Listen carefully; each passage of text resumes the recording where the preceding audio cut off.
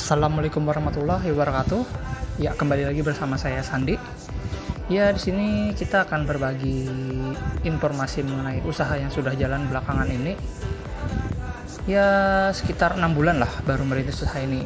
Mau cerita apa saja suka duka yang dialami sebagai pengusaha muda. Ini walaupun umur saya sudah terbilang tua sih, umur 28. Nah, pertama, sebelum mulai jangan lupa subscribe ya, gratis kok.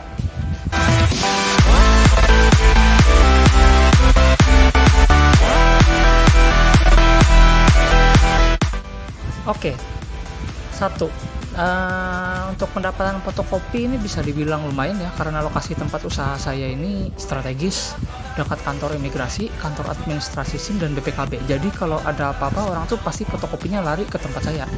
Itu yang ramenya tuh Senin sampai Jumat, kalau Sabtu Minggu tuh sunyi. Ya bener, jujur sunyi. Paling ada cuman 1-2 orang, paling banter tuh cuman 4-5 orangan datang ke buat fotokopi. Kalau omset kotor 1 bulan itu bervariasi ya, dari 25 juta sampai yang paling banter itu 30 juta, tapi ini kotor. Nah, penghasilan kotor ya, bukan penghasilan bersih. Terus masalah-masalah yang dihadapi itu tergantung ya. Kalau misalkan kalian menggunakan mesin fotokopi Minolta, ini ada 2 problemnya. Yang pertama itu kalian beli tonernya. Toner Minolta itu Rp200.000 per kilogram, per kilo ya ini. Jadi saya tuh biasanya beli 3 kiloan. Biasanya tuh buat ya 6 bulan ini habis 800, 6 bulan ya 800.000. 4 kiloan, ya habis 4 kiloan. Terus yang kedua ini develop atau serbuk besinya itu 600.000 per pak. Jadi setiap kalau misalkan banyak fotokopinya itu kan bisa, waduh, cuma 3 bulan aja habis 600.000 sudah. Nah, kalau ini kan saya baru ganti developnya itu 600.000, jadi sisa 6 bulan. Soalnya ya fotokopi SIM biasanya 5 lembar. Nah, ini masih bisa nutup, masih bisa bayar karyawan. Terus ya mau coba ya, kata teman-teman merambah ke usaha counter pulsa gitu di sini. Nah, di sini masalah yang besarnya. Yang pertama itu utang. Bisa datang ke toko kan, utang ya, nah besok bayarnya besoknya itu nggak tahu besoknya kapan. Nah, itu masalahnya.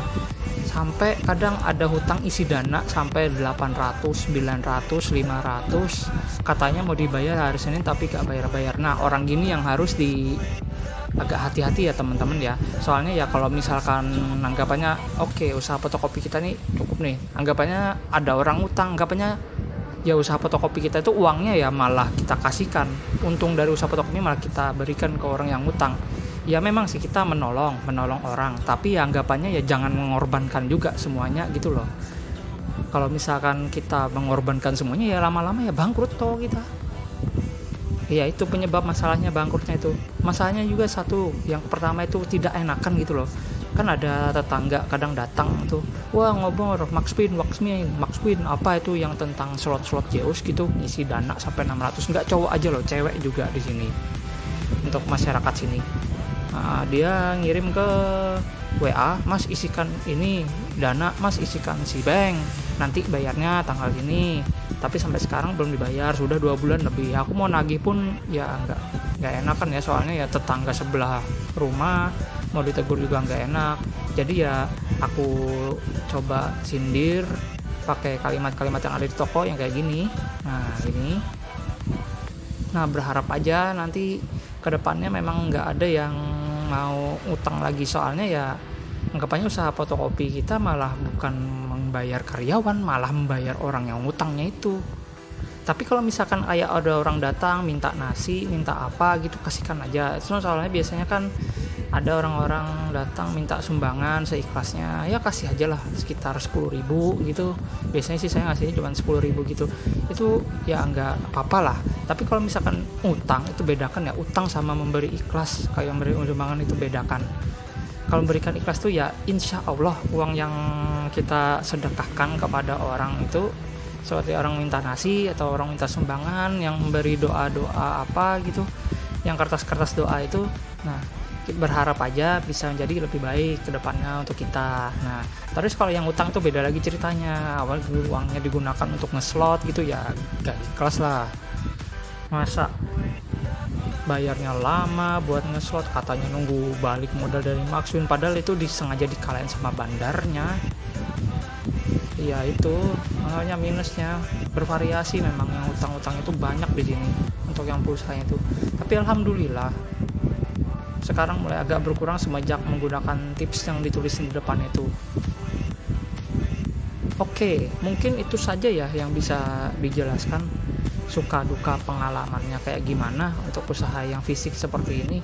Kalau usaha rental sih memang ya nggak ada orang utang, pasti bayarnya cash. Tapi ya itu untuk pengeluaran biaya perawatan mobil dan segala macamnya. Oke. Ya itu mungkin itu saja yang bisa kita sampaikan. Terima kasih sudah mendengarkan celotehan saya. Ya bagi para pengusaha-pengusaha muda yang ada di luar sana juga sama seperti saya juga yang masih baru resign, kita bikin usaha aja, tetap semangat, jangan pantang menyerah. Kita yakin kita bisa melewati ini. Yes, bisa ya, semangat.